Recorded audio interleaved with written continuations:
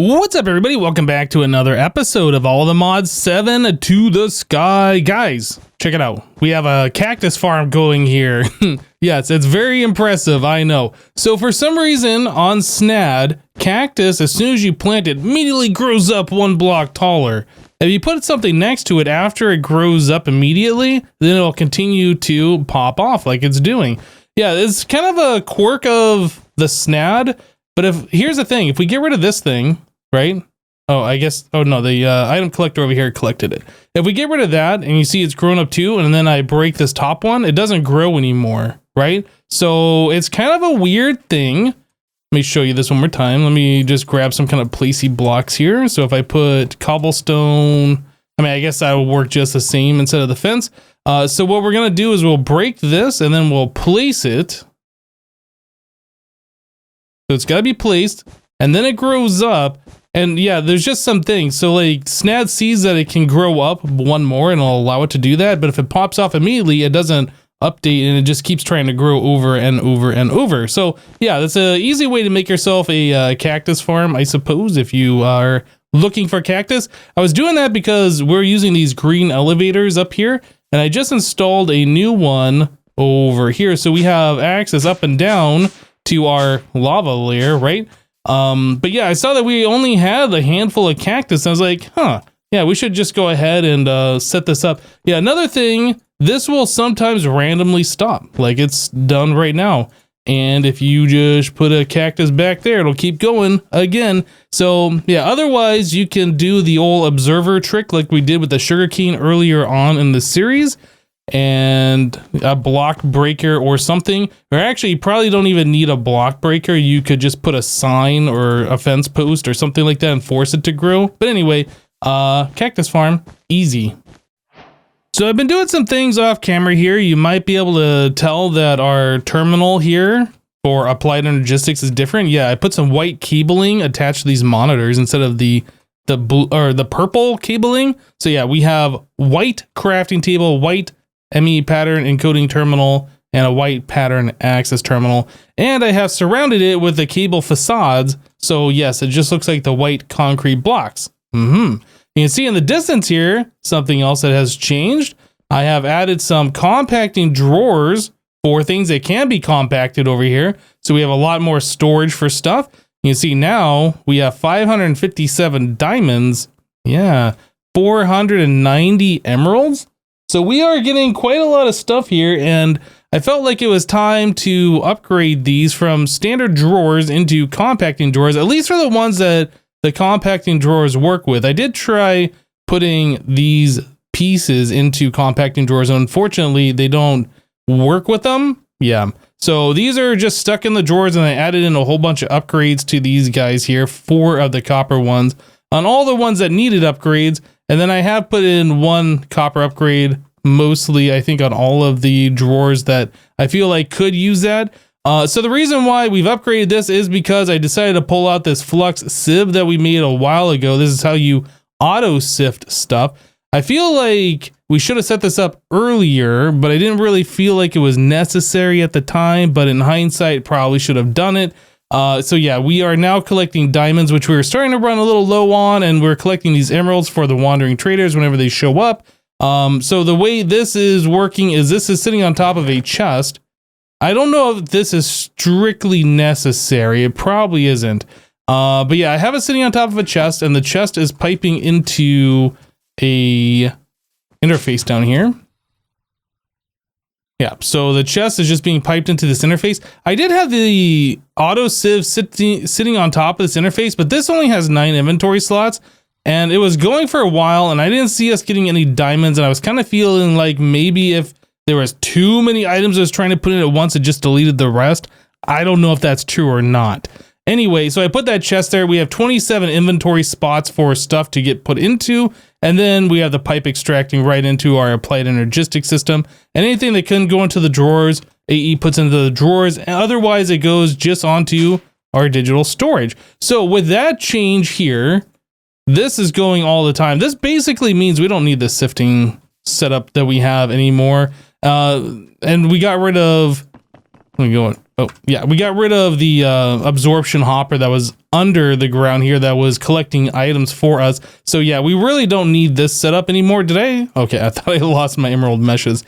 So yeah, we have one more upgrade here. If we look at the uses on this, we can upgrade this to a netherite mesh, but this will not give us diamonds any faster or emeralds any faster than the emerald one. So I didn't really see a point in upgrading it just yet. However, if we want to collect things such as netherite scrap, upgrading to the netherite mesh will actually give us that 5% additional chance at netherite scrap. So there is a reason to do it, but we haven't done that yet because we were only at 3 netherite scrap and I haven't upgraded it at all yet.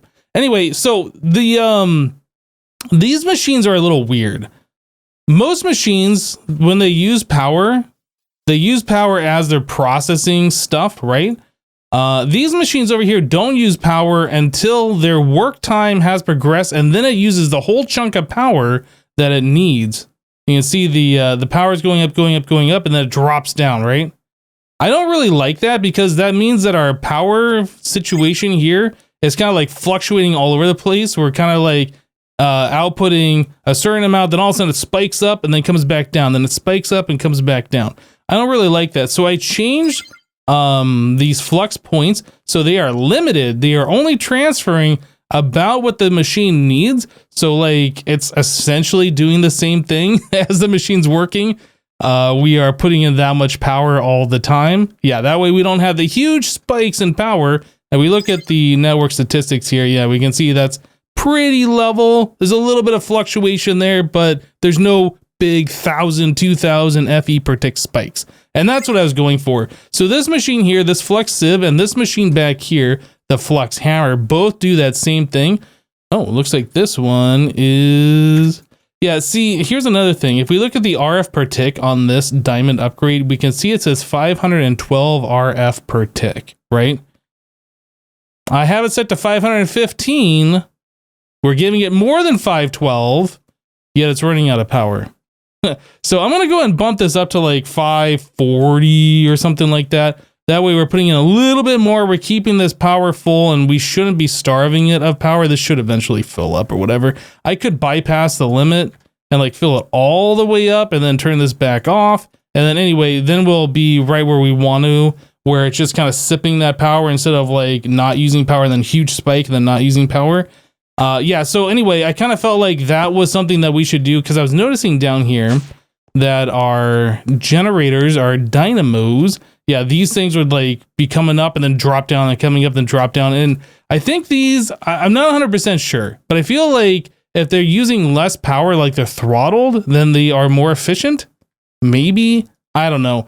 Either way, I don't like the huge power fluctuations that we were seeing there. So yeah, I went ahead and I smoothed that out a little bit. So now everything is working very nice and we are just getting our supply of lava like we should.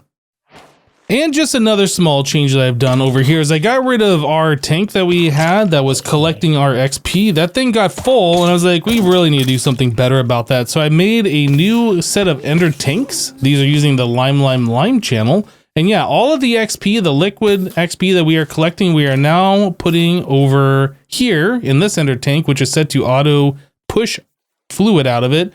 And that is all ending up right here in this advanced black hole tank. So now we essentially have unlimited storage. Essentially, there is a limit, but it's going to take a very long time for us to get there. So yeah, all the XP is now being collected over here. So we have large storage and we don't have to worry about that as much. I did run out of nether rods to make these things. So I went to the nether and those boss mobs are spawning in there. And I decided to play around with one. I killed one and I got this shield, which is pretty cool. So if I block something and inflicts bleeding for 4 seconds on something, that's pretty awesome. The shield's got mending. It's got unbreaking 3 on it. It gives me 8 plus 8 max health. I think that's 4 hearts. Some knockback resist, some armor toughness, and extra armor. Like, there's a lot of good stuff in on the shield here. So I wonder if like fighting those boss monsters is really worth it. Like as far as trying to gear up and getting really good gear, as opposed to using the gear that we're getting from just our regular mob drops. Yeah. So if we come over here into the nether, I'll put this on my offhand real quick. if we just go north over here to the fortress, we'll see a bunch of these mobs spawn in. They just spawn in all the time. There's one right there. There's another one that just spawned. I assume these guys are really like damaging. I haven't actually fought one with a non-cheese way. Just kind of flying above them and just shooting at them like that wither skeleton here. So yeah, I haven't actually like tried fighting them legit. I'm not sure I want to. Yeah, these guys have all spawned inside, so I can't really get to them very easily. But yeah, that's what I was doing. I was collecting some blaze rods over here. I fought one of those guys. Oh, one spawned up here that we can get to. Yeah, so these guys, I am a little concerned about just actually fighting them legit, because they have so much health. I can only imagine like their damage is gonna be very significant. Well, anyway, nope, he's gone. Yeah, anyway, it's gonna take too long for me to fight him, so we're just gonna move on. So I think what we're gonna do is we're gonna move these machines, the circuit etcher, and then this matter infuser. Both of these are from the lazier AE2 mod. Yeah, we're gonna go ahead and move these, and we're gonna try and set these up. Do I have both of them? I do. Yeah, so we're gonna set these up, and since these are applied energistics and our applied energistics stuff is under here, I feel like setting it up under here makes sense. So I did make some more controllers here. We now have a full ring of ME controllers, so I was able to clean up some of this wiring that we had set up. Where we were more limited on the amount of connections that we have. So yeah, this is looking a little bit better. You can see the wire that goes up to our terminals here. This has been changed out from the Fluex to the white cable. But yeah, these matter infusers, let's go ahead and set these up somewhere. I guess over here is going to be fine. So we want a circuit etcher and the matter infuser. I think we'll just do that. Then we can throw a flux point between them to provide power. And set that to the network, and everything should be fine here. Okay, so circuit etcher, this is the important one. This is how we are going to be making all of our circuits, I think. So we can put up to 8 upgrades in there. You know what? I kind of want to see how fast this thing goes if we put in the 5 more. So that is acceleration. So let's make 5 more of those. We have everything in the system to do that, and it's done. Awesome. And then let's grab, I don't know, some diamonds since we have a bunch. Let's grab some silicon. And we'll grab some redstone. Very good. All right, so with all of those upgrades in there, I'm very curious to see. So we'll put these in there. So it's going at this speed. 52 ticks is what it says. If we put those in there, oh my goodness, 4 ticks? Yep, that seems pretty good, I think. All right, so I think we're going to have a good time here. So auto extract currently disabled, IO configuration. Oh, okay. I thought this was going to open up a UI. So tied side top, input, output, input or output. So that's pretty cool. So I think we'll do that. We'll set it to an input output, auto extract. I assume this means that it automatically outputs the items if it's set to IO. Left shift click to reset, click to toggle, left shift for more information. Okay. Yeah, I assume if we put like an interface on top of here or a pattern provider, it will just push the item back into that. Okay, so let's make a pattern provider. Pattern provider. And it's done. Okay. It's always done. It's like, how long is that going to take? I click and then it's done. All right, so yeah, I assume that is all we are going to need to do. So then we need to make the patterns for this.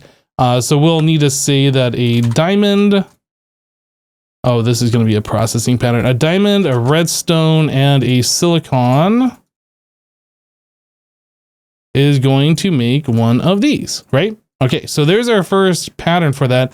We need some ME glass cable. We're just going to run this very sloppily just to get this going here. And I'm going to redo this here in a moment to make these cables good. But just for the sake of time, let's just get this hooked up.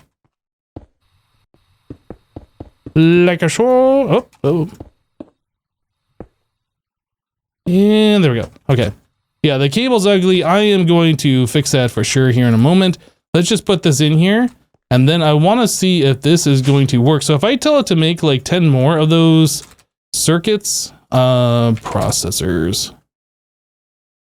I thought you could middle click on this to do this. Middle click is not working.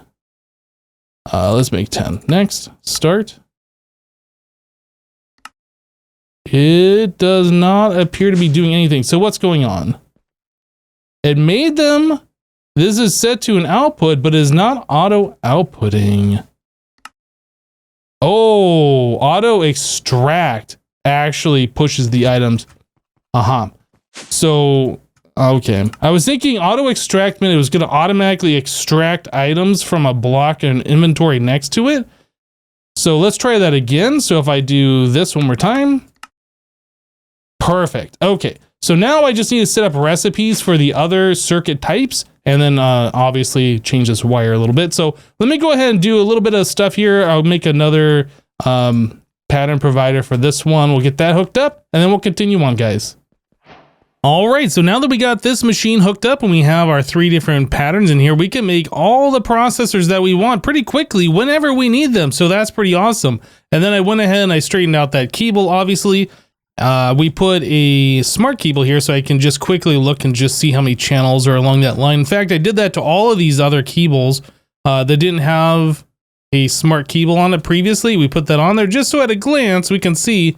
And these over here, this white dense cable, yeah, eventually we'll probably change this out for a P2P line. So that way we don't have the big thick cable running all the way over there. We'll just have like a thin cable with a P2P over there, but we haven't set that up just yet. So one thing that I did notice here is that we are getting some red lights on here. And then not only did I notice that, I saw that we're still using 1K storage cells. I think it's time we upgrade. So let's go ahead and grab the patterns and stuff so we can make ourselves a 4K storage cell. We'll just do a small upgrade here. So if we do a 4K, we take a look at this. We just want to make the 4K storage component. And we have a 64K that we made a while ago. We don't have a 1K pattern and we don't have the 4K. So let's go ahead and make a pattern for this one. And then we'll make a pattern for the 4K. I mean, I guess I could make a pattern for all of them if I wanted to. Let's do a 16K. I don't really know if we have the materials needed for all this stuff.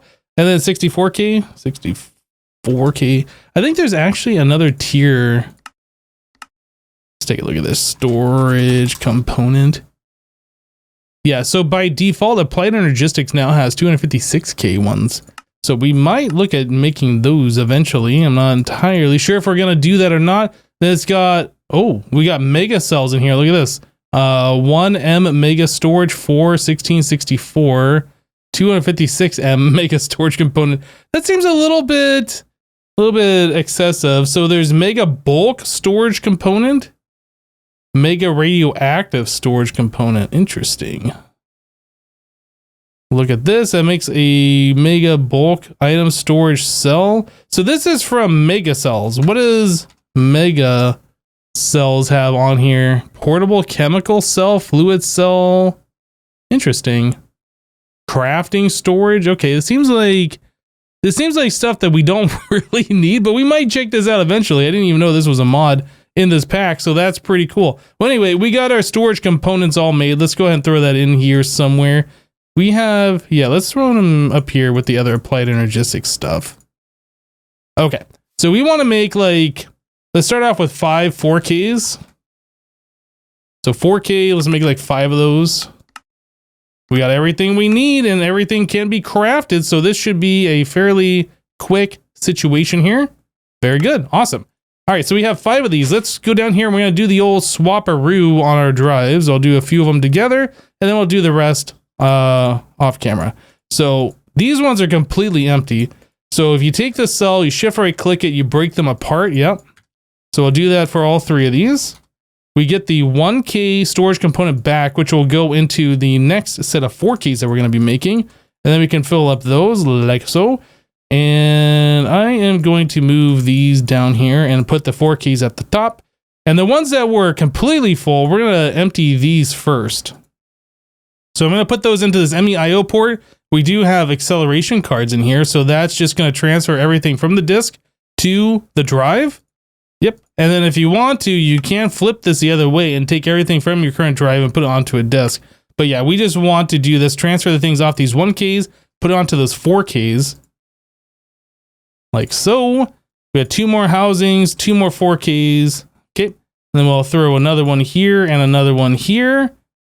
All right. We'll just start putting everything we can. All right. So those are empty. What about these? That's empty. This has got some stuff on it. Right. And at this point, we don't have enough room in there to put everything else in. So let's grab these back. That's got stuff. That's got stuff. And these are empty. So let's go ahead and split these apart. In fact, I am going to leave one in here because we're going to need storage space when we craft things. Right now, our system is completely full. There won't be any space for anything in there. So we made 5 before. Let's make like 3 more. We're out of redstone. Redstone. I don't have a recipe to unblockify that. Okay, 4K. We'll make 3 more of these. Awesome. Okay, well, I'm just going to continue swapping things around and upgrading our drives, and then we'll be right back. So to get rid of the final floating machines that we had over here was the crushing factory and the enriching factory. I just kind of set up a little thing that we can place these machines on. There's nothing fancy here. We're just kind of hiding the power cables in the back.